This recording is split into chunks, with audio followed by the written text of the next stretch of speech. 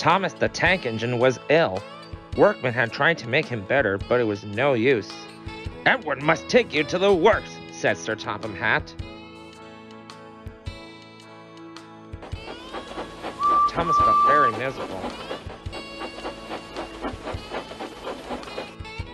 Then Sir Topham Hatt spoke to Duck. "I want you to help Percy and Toby while Thomas is away."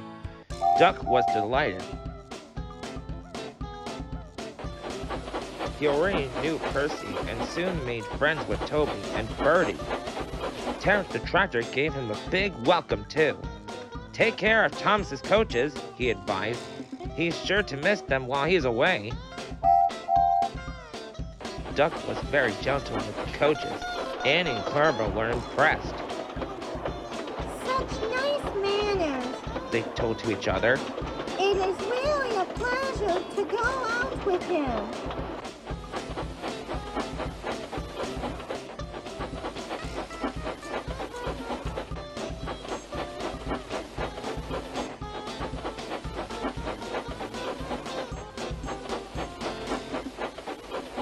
When Thomas came back, Annie and Clarabelle told him how well Duck had managed. Thomas was so pleased to be home that he soon forgot to be jealous.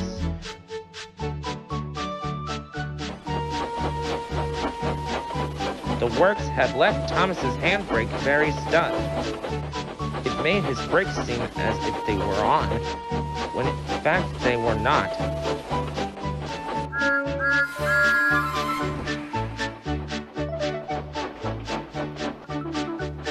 As a result, he and his coaches often overran the platform. Thomas found this most embarrassing. Gradually, his driver and fireman learned to be extra careful. But one day, Thomas's fireman was ill and a relief man took his place. The fireman had fastened the coupling and joined the driver and the station master on the platform to wait for Henry's passengers. The fireman had forgotten all about Thomas's handbrake. Thomas simmered happily. "Not long now," he thought as he saw Henry slowly approaching. But Thomas's brakes were not on, and suddenly he felt his wheels begin to move. He tried to stop, but he couldn't without his driver and fireman. He tried to whistle a warning, but he couldn't do that either. The conductor, driver, fireman, and passengers were all stranded on the platform. "Stop! Shrieked Annie and Clarabelle. But Thomas, with plenty of steam, kept on going. The alarm went out down the line. "Stop the runaway!"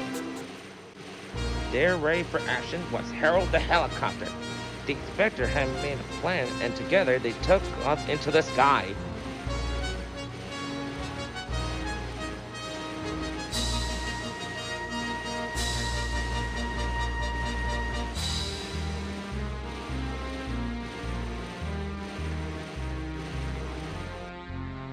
At last, Thomas was tiring. "I need to stop. I need to stop." As they neared the station, Thomas saw Harold land.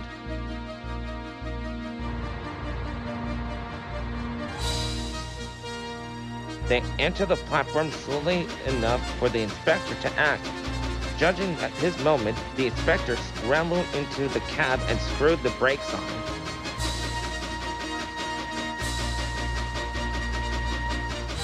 At last, Thomas stopped. Both he and the inspector were very relieved. Then they thanked Harold. "Think nothing of it. Glad to be at service any time."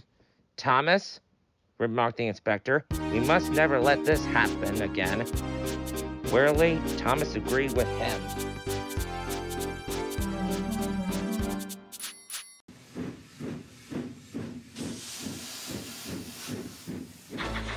Thomas and the new engine. The trains on the island of Sodor are kept very busy. There are always lots of jobs to do.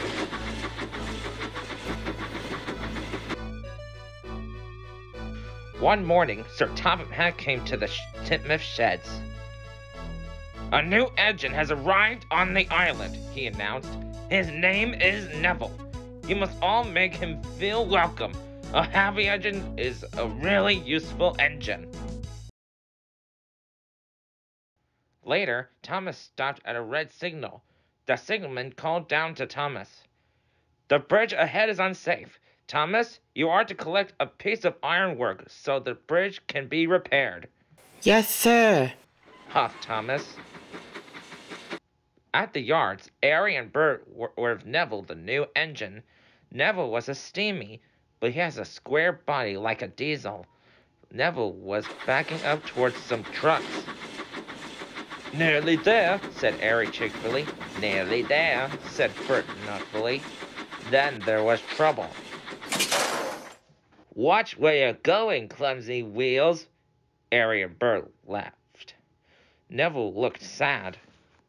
It's not our fault if you're a silly steamy, oiled Bert, and they laughed even harder. Thomas arrived at the yard. He could see Ari and Bert laughing with Neville. That must be the new engine, he thought. He must be friends with the diesels.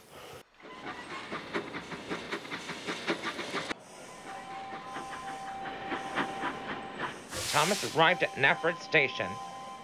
Have you seen the new engine yet? Asked James. Yes, said Thomas. But we better be careful. I saw him at the yards with Ari and Bert. They were laughing together. James was shocked. A steamy friendly with diesel? As Thomas left, Edward pulled in. Have you heard about the new engine? Snorted James. And he started to tell Edward all about Neville. Later, Edward was taking on water. He was talking to Percy. That new steamy Neville is best friends with the diesels, Edward puffed. He doesn't want to be with steamies at all. How do you know? Peeped Percy. James told me. Thomas told him, whistled Edward.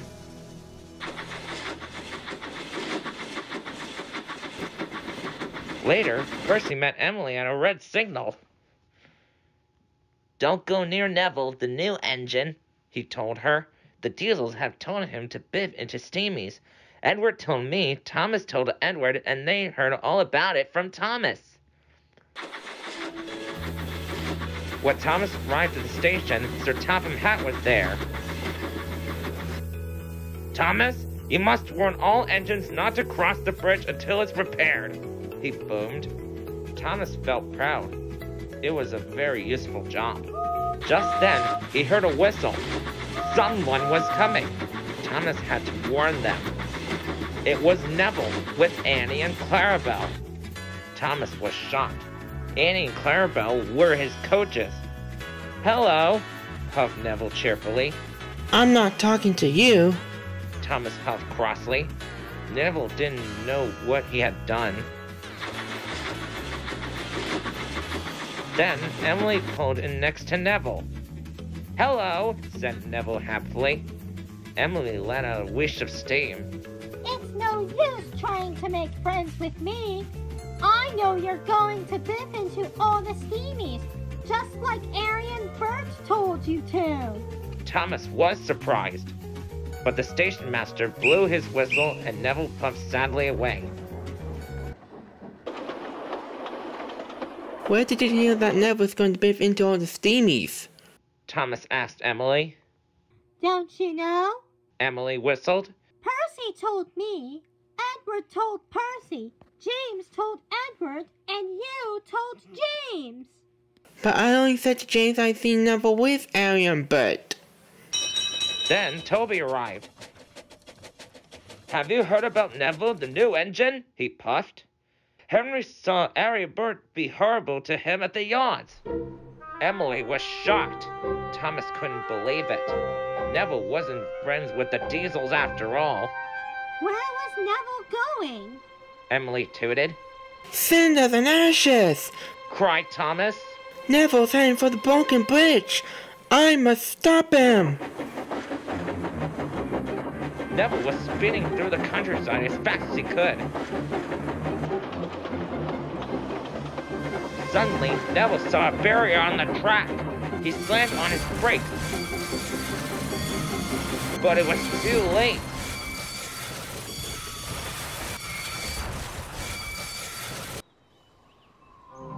Neville was in terrible trouble. He was on the broken end of the bridge. Thomas knew it was all his fault.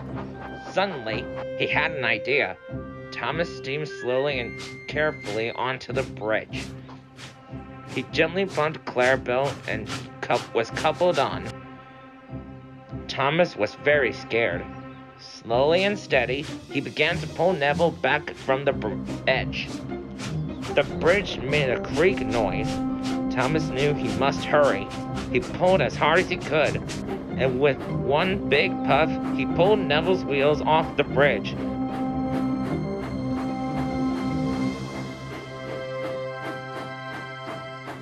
Thomas had done it. He had saved Neville and Annie and Clarabelle. Thank you, whistled Neville. I should have warned you, puffed Thomas. But I was too busy believing silly stories. I thought you didn't like steamies, but now I know I was wrong. Thomas gave Neville a long, friendly toot-toot. Neville was very happy. At last he knew he had a good friend in Thomas.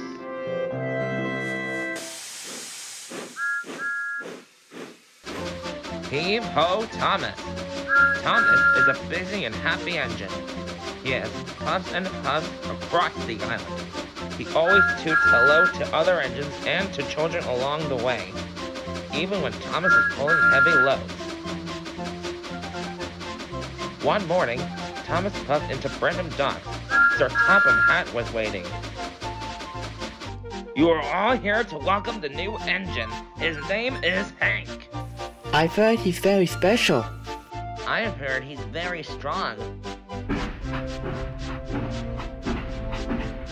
Hank puffed into the docks. Hank was very special. He had red wheels and a bright red cowcatcher, and he was very tall. The engines had never seen an engine like Hank before. Hank looks as strong as a giant. I'm sure he is as strong as a Sodor engine. Now, Thomas, I have 3 jobs for you. First, you must take new machines from the docks to the factory. Then you are to pick up stone from the quarry and deliver it to the shunting yard. And lastly, you must pick up an old tractor from Farmer McColl's and take it to the repair yard. Yes, sir. And you must take Hank with you.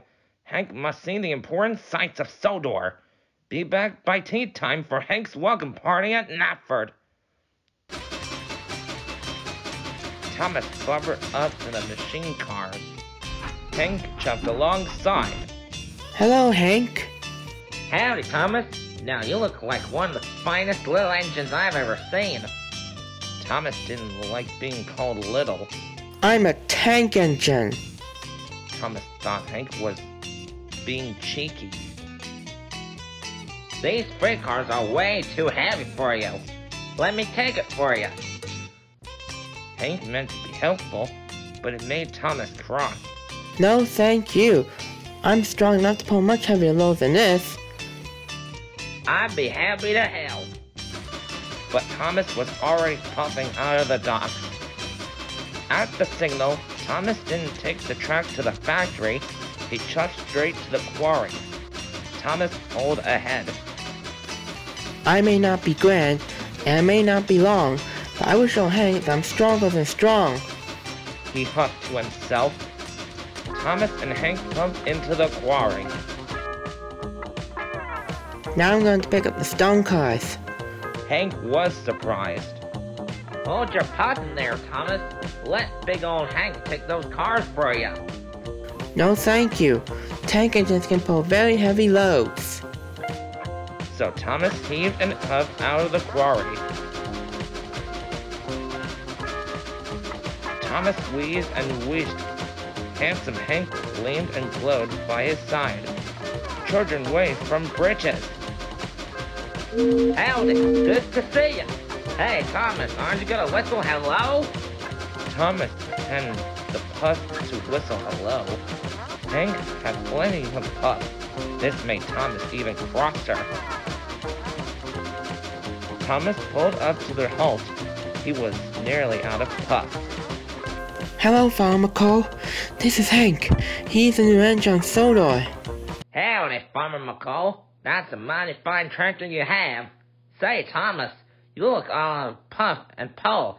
I'll take it for you. No, thank you. And the tractor was covered up to the end of Thomas's freight cars. Thomas puffed, and he puffed, and his wheels spun and spun. Come on, Thomas. The train's too heavy for you. Take the pressure off your pistons. Couple me up. But Thomas was determined to pull the train on his own. We must not be late for your party. Wheel turn by wheel turn, Thomas puffed away.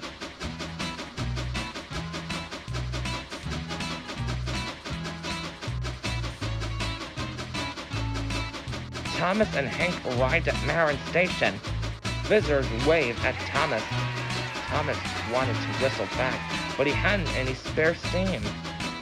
Howdy, everybody. Thomas is a little overloaded right now. I'll whistle for him. Hank had lots of steam, and Hank blew the longest and loudest whistle.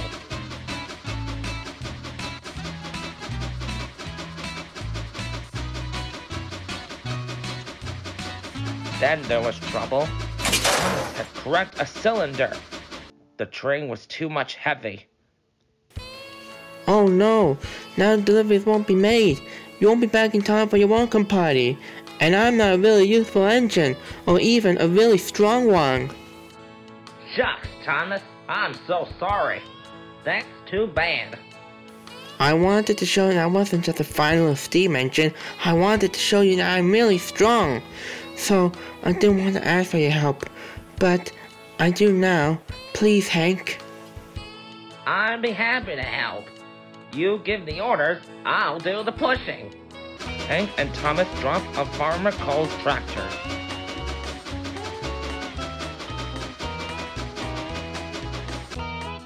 The workmen were very sorry to see Thomas had broken down.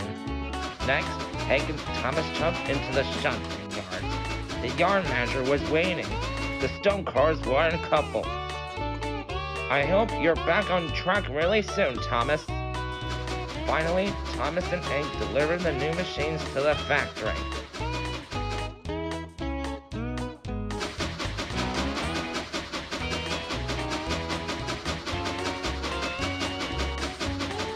Hank pushed Thomas back to Nafford Station. They arrived just in time for the party. Thank you, Hank. Now Soto knows what a strong engine you are. Hank smiled.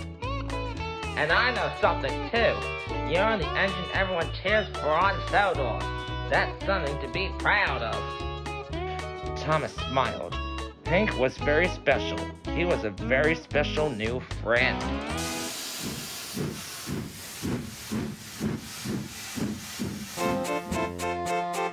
Peep, peep! Here comes Thomas, the tank engine. Thomas and his friends work hard every day. Thomas does not want to work today. It is his birthday. He wants a party with presents, balloons, and silly hats. But Sir Topham Hatt says, Henry is busy, Gordon is busy, James is busy. You must work today, Thomas. So Thomas goes to his branch line.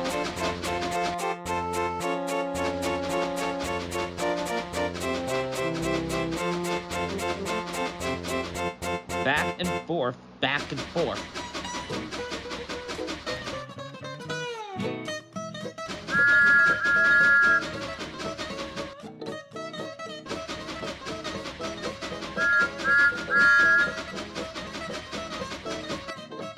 He carries people. He carries animals.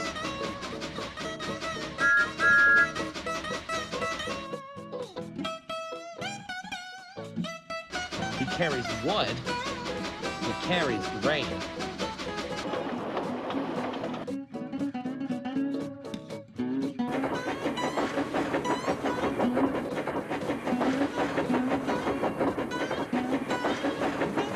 Thomas sees his friends near the engine shed. No one says happy birthday. No one says a word about presents, balloons, or silly hats.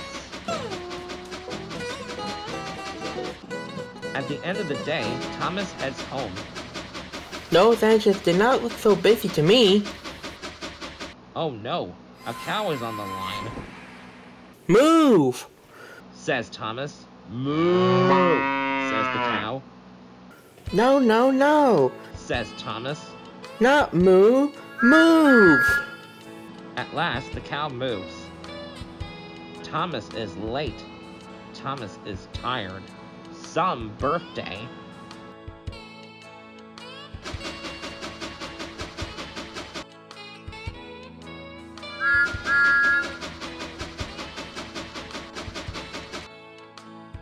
Sir Top Hat opens the doors to the dark shed. Thomas chugs inside. Lights come on. Surprise! Say all Thomas's friends. We were busy, says Henry. We were busy making a party for you, says James.